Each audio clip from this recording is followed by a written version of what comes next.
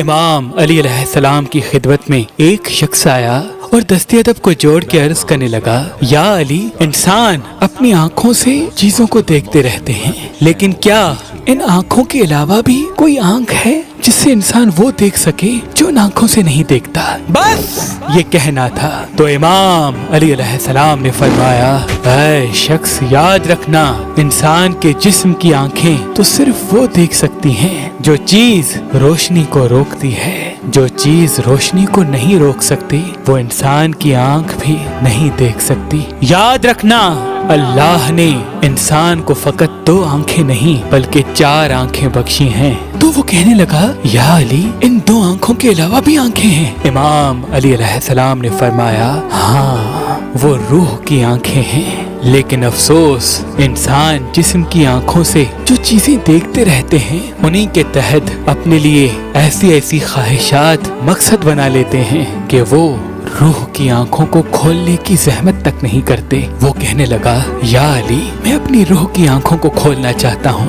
بات جب یہاں تک پہنچی تو امام علی علیہ السلام نے فرمایا، روح کی آنکھیں کھولنے کے لیے انسان کو عارف بننا پڑتا ہے، معرفت کے راستے پہ چلنا پڑتا ہے۔ یاد رکھنا، اگر تم اپنی روح کی آنکھوں کو کھولنا چاہتے ہو تو اپنے جسم کی خواہشات کو حقیر سمجھو، اپنے آپ کو دنیاوی لذت سے مبرہ کر دو۔ جب تم خواہشات سے مبرہ ہو جاؤ گے، تمہارا ہر فعل اپنی نفس کے لیے نہیں بلکہ اللہ کی رضا کے لیے ہونے لگے گا تو تمہارا روح مطمئن ہونے لگے گا اور تمہارے روح کی آنکھیں کھلنے لگیں گی۔ یاد رکھنا، روح کی آنکھوں کی طاقت یہ ہے کہ وہ اس دنیا میں رہتے ہوئے بھی آسمان کے فرشتوں کو بھی دیکھ سکتی ہے۔ کائنات کے سارے پردے اس انسان کے لیے کھل جاتے ہیں۔ وہ انسان رہتا زمین پہ ہے لیکن آسمان کے راستے اس کی آنکھوں کے نزدیک روشن ہونے لگتے ہیں۔ تبھی